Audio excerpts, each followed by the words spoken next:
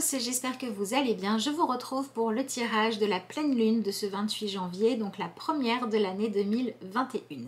On va regarder ensemble les messages qu'elle nous donne avec le Chrysalis Tarot. Juste avant, je vous rappelle que si vous souhaitez commander votre tirage pour vos énergies de l'année 2021, vous pouvez le faire jusqu'à dimanche, donc jusqu'au dernier jour de janvier. Ensuite, elles seront clôturées. Vous pouvez me joindre via mon mail ou ma page Facebook que vous trouvez sous la vidéo dans la barre de description si vous le souhaitez, que ce soit pour des renseignements ou pour commander. Et évidemment, les autres consultations et commandes de vidéos, elles continuent et sont disponibles sans souci. Voilà pour la petite annonce du jour. Alors, je vous propose qu'on passe sans plus tarder à ce que nous dit ce très joli tarot. Quel est donc à travers lui ce dont nous parle la pleine lune? Alors,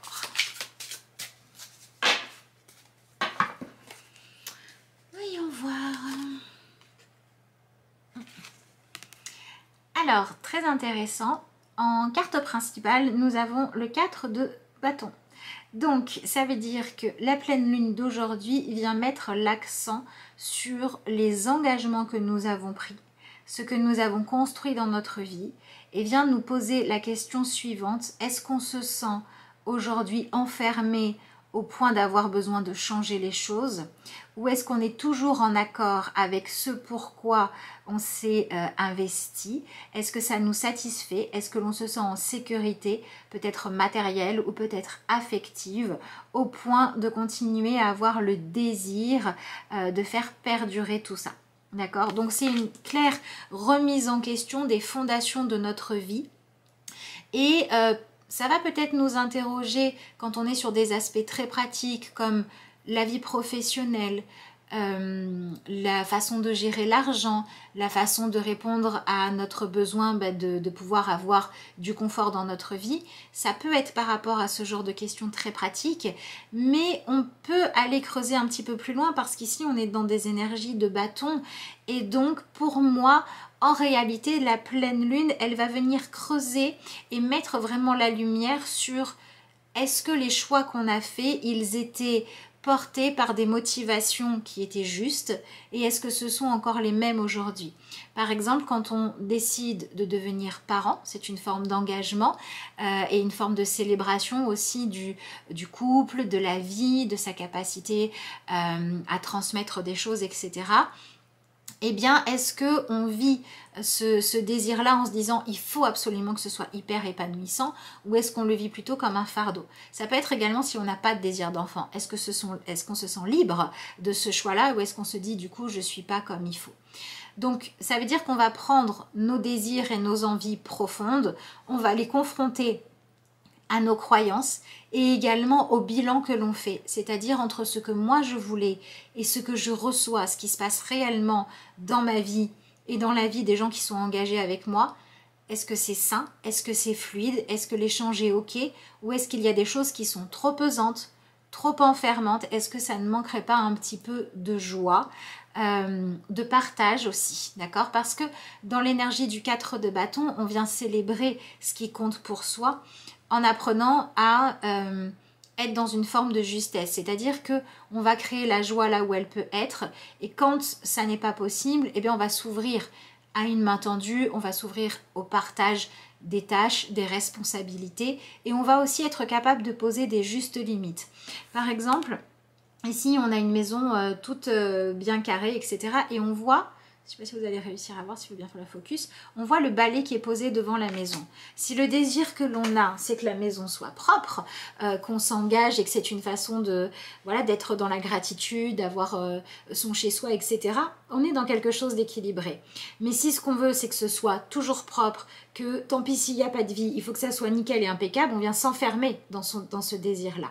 Eh bien pour moi, là, les énergies de la lune nous permettent d'identifier quelles sont les choses où on est dans des exigences trop grandes ou dans des façons d'analyser les choses qui sont trop absolues pour pouvoir revenir à quelque chose de plus juste. Donc tout ce qui va être je me sens coupable de, je ne veux pas m'autoriser à prendre cet engagement-là, devenir parent, changer de travail, exprimer mes valeurs, ouvrir mon cœur, etc. Je ne veux pas parce que j'ai peur que ça pèse trop lourd, parce que j'ai peur que mes choix aient de l'influence sur l'autre, parce que j'ai peur en m'engageant de perdre ma liberté. C'est sur ce genre de choses-là qu'on va pouvoir évoluer. Donc évidemment que ça va être différent pour tout le monde.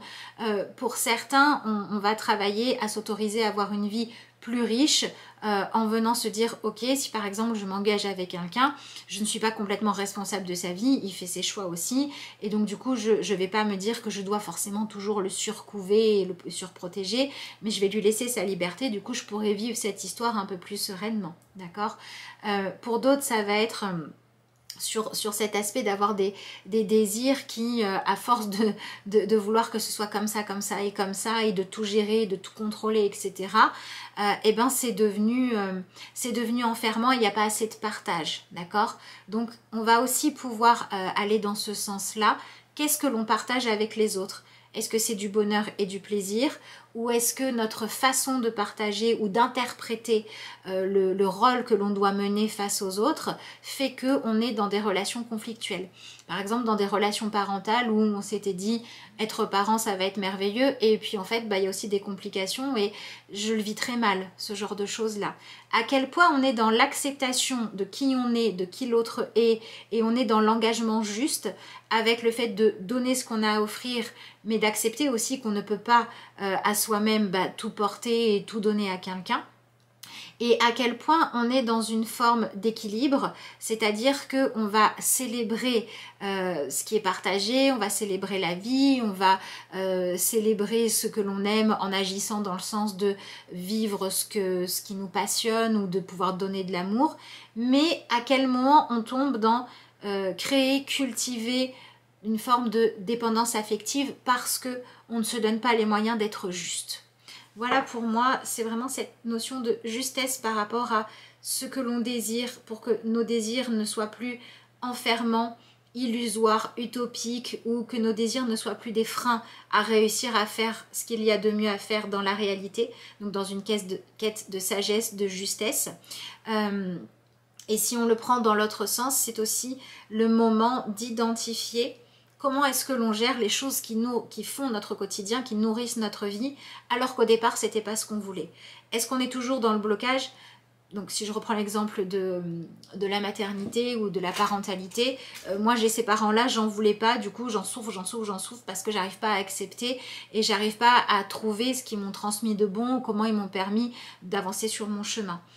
Donc on va aussi travailler sur cette fameuse notion de j'ai de l'influence sur les autres jusqu'à un certain point, mais je ne dois pas chercher à en avoir plus que nécessaire. Je ne dois pas enfermer les gens que j'aime dans des relations trop fusionnelles, et je ne dois pas non plus craindre d'avoir une forme de richesse dans ma vie par le fait d'expérimenter plusieurs facettes de ma personnalité, ou que mes enfants n'aient pas que moi à aimer dans leur vie, etc. On vient finalement passer au crible certains de nos désirs, et quand on se rend compte que les nourrir, c'est quelque part, sans le vouloir, nous faire interpréter notre vie comme un fardeau et que c'est pas motivant pour avancer, on vient changer ça. Et quand par contre on a des désirs qui, si on les suivait, nous permettraient d'être dans quelque chose de plus juste, mais on n'y va pas parce qu'on a peur. Peur d'avoir moins de place, peur de perdre de la valeur, peur de s'ouvrir au monde, peur du changement et de la transformation. C'est pas une bonne raison de s'enfermer, donc on y va.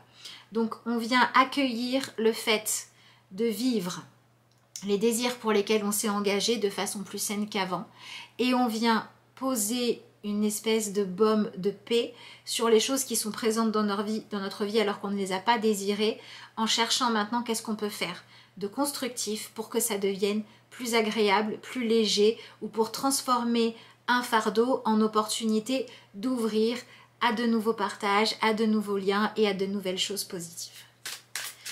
Voyons voir ce que nous avons ensuite dans ce tirage.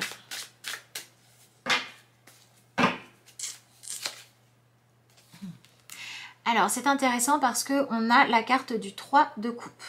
Donc ça veut bien dire que l'on passe un moment où les anciennes façons de trouver du plaisir, de la joie, de la satisfaction, quand elles étaient basées sur des mensonges, eh bien on va pouvoir les lâcher. Et on va pouvoir aussi faire le deuil de toutes les joies, de tous les plaisirs que l'on n'a pas eus parce que notre vie n'a pas ressemblé à une histoire et un conte de fées idéal. On est clairement dans une acceptation de faire avec la réalité en cherchant comment la regarder et l'interpréter sous un autre angle de vue pour qu'elle nous fasse moins souffrir, qu'on se sente moins écrasé par le poids de la réalité.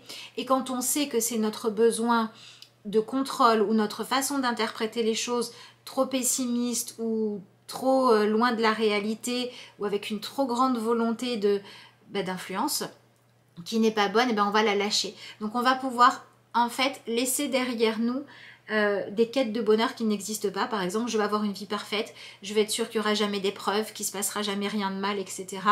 On va lâcher ça pour le remplacer par j'ai envie de prendre le bonheur qui m'est offert, de l'accueillir et de le célébrer, de le vivre tant qu'il est là. Ça, c'est beaucoup plus sain, d'accord? Donc, on est dans cette énergie-là. Donc, ça veut dire que tout ce qui va être vouloir formater les autres, par exemple les enfants, à nous ressembler, on va le lâcher pour dire il a le droit d'être lui-même et moi, j'ai le droit de ne pas être le parent parfait, mais de simplement faire de mon mieux. Ça peut être aussi, je souffrais du fait que, par exemple, mon compagnon ou ma compagne, même s'il m'aime, ait besoin d'avoir d'autres amis à côté. On va apprendre à se dire, c'est peut-être un petit peu normal quand même, donc je vais arrêter d'être dans une forme de jalousie, d'enfermement, et moi aussi, je vais m'ouvrir à faire de la place à d'autres désirs qui existent en moi, mais que j'ai trop mis au fond du placard. Si on était dans une forme d'ego qui disait je ne veux pouvoir compter que sur moi-même, à la fois pour me sentir bien, pour gagner de l'argent, etc. On va peut-être apprendre à s'ouvrir au coup de main que l'autre peut nous donner, à l'échange, etc. Parce que c'est aussi une pleine lune qui nous parle de faire circuler les choses entre les gens de façon plus fluide. Donc c'est pour ça qu'elle nous pousse à enlever tout ce qui fait qu'on se dit je suis pas libre, ou alors si l'autre est libre, je vais souffrir. C'est ça qu'on vient lâcher, d'accord? Pour pouvoir dire, moi je sais faire ça et pas ça. Ça c'est mon responsabilité, ça l'est pas, du coup c'est la tienne. Et donc on va vers une répartition plus juste, à la fois des responsabilités et des compétences. Donc on va être dans un échange, une complémentarité et un partage. Mais on va lâcher la notion de concurrence en fait. Voilà. On n'est plus dans vouloir absolument être protégé ou protéger les autres. On n'est plus dans vouloir être absolument sauveur ou victime. Voilà, par exemple, on ne va plus jouer son rôle de parent en se disant c'est moi qui dois tout guérir et tout bien construire chez mon enfant. Non, ça vient aussi du collectif. Et on va plus se placer en victime en disant oui, voilà, moi j'ai fait des enfants pour qu'ils m'aiment et en fait il y a des difficultés, c'est pas juste j'abandonne. Non, je vais faire de mon mieux et je vais aussi accepter d'apprendre à accueillir mon enfant tel qu'il est, par exemple. Voyez. Voilà. Donc on vient identifier une forme de joie et de satisfaction qui était malsaine pour la lâcher. C'est pas rien.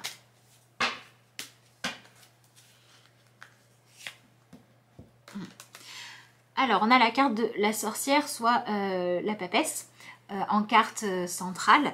Donc c'est intéressant parce que du coup la papesse c'est quand même un personnage qui se positionne en sachant très bien ce qu'elle a à offrir, ce qu'elle a de séduisant, quels sont ses attributs, etc.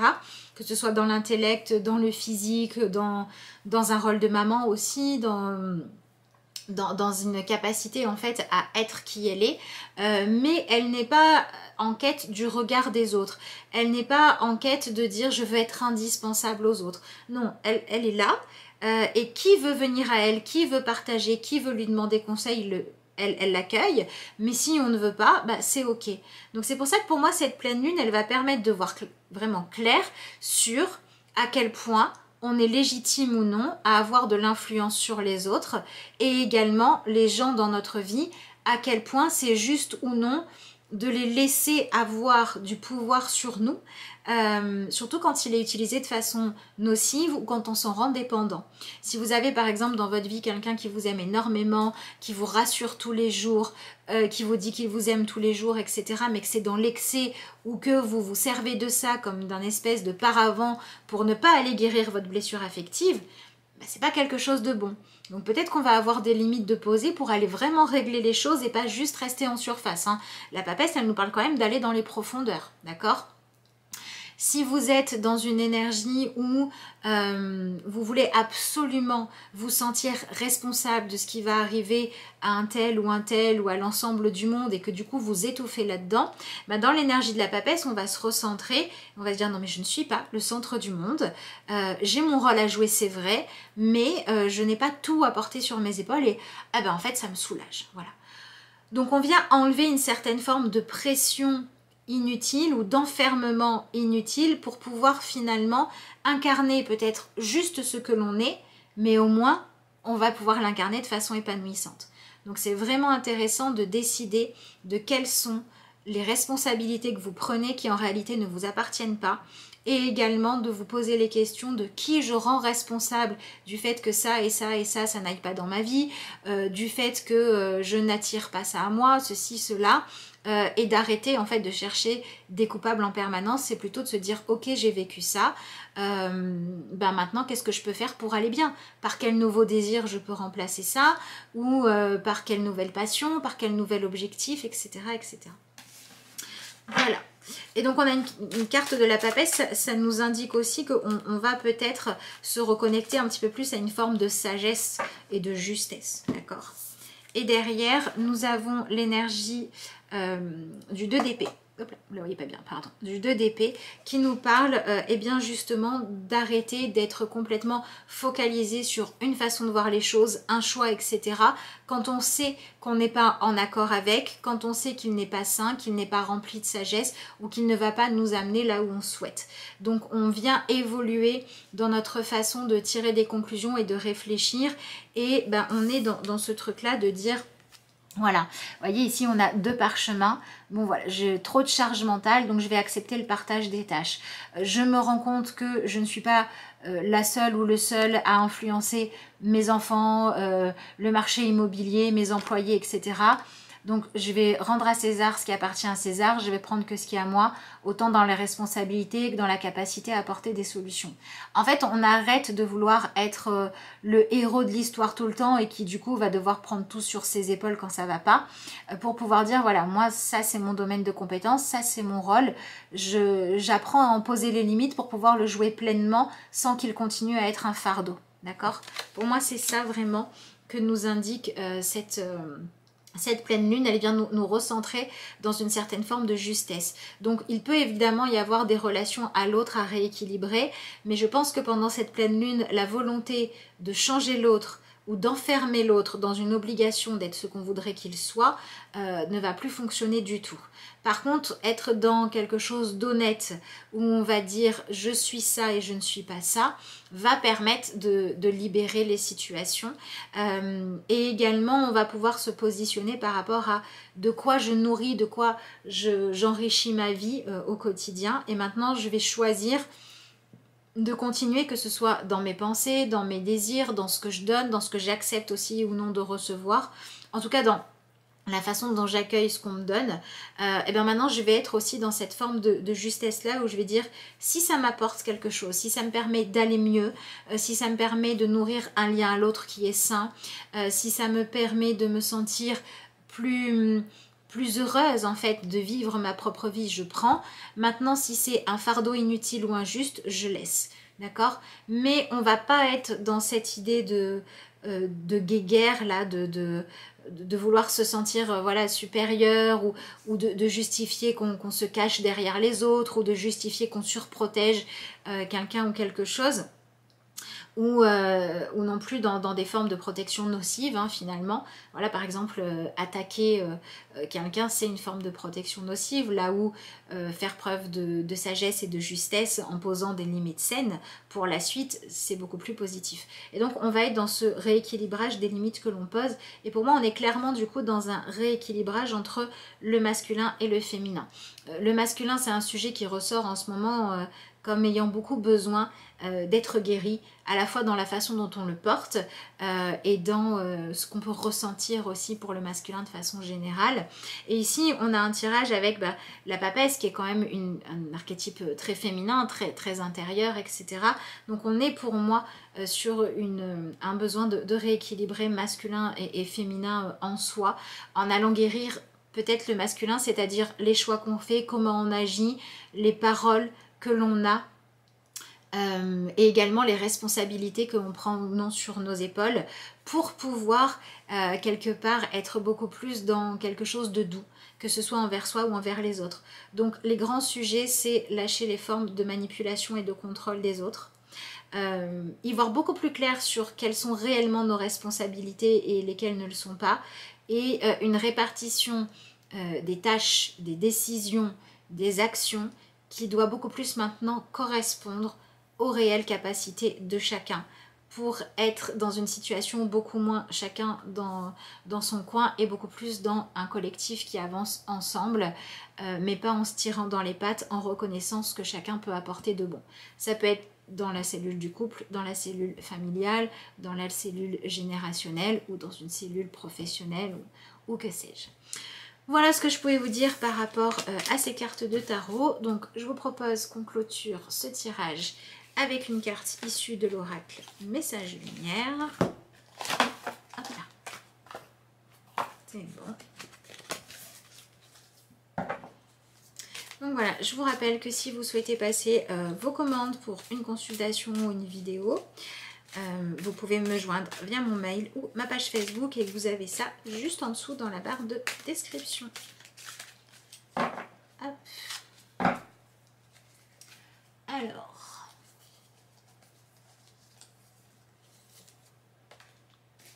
je remets, je cesse de m'inquiéter et je coupe tout ressentiment négatif face à la vie. Je n'ai pas à combattre, je n'ai pas à vivre dans la peur. Je remets tout entre les mains de Dieu et je lâche prise. Je fais confiance et je laisse maintenant la vie placer les événements devant moi. Elle saura me guider vers la vérité. Donc c'est intéressant parce que du coup on a une carte de conclusion qui confirme bien que c'est une pleine lune qui permet d'arrêter de prendre les responsabilités qui ne sont pas les nôtres, ou de poursuivre des objectifs qui, même si mentalement on aimerait que ce soit ça, eh bien dans l'absolu de l'acceptation de comment fonctionne le monde et l'humanité, c'est pas possible, et ça va nous permettre d'être dans quelque chose de beaucoup plus apaisé, ou alors de beaucoup plus efficace ou atteignable. En tout cas, c'est ce que je vous souhaite. Une bonne pleine lune à tous, et puis moi je vous dis à bientôt pour de nouvelles vidéos.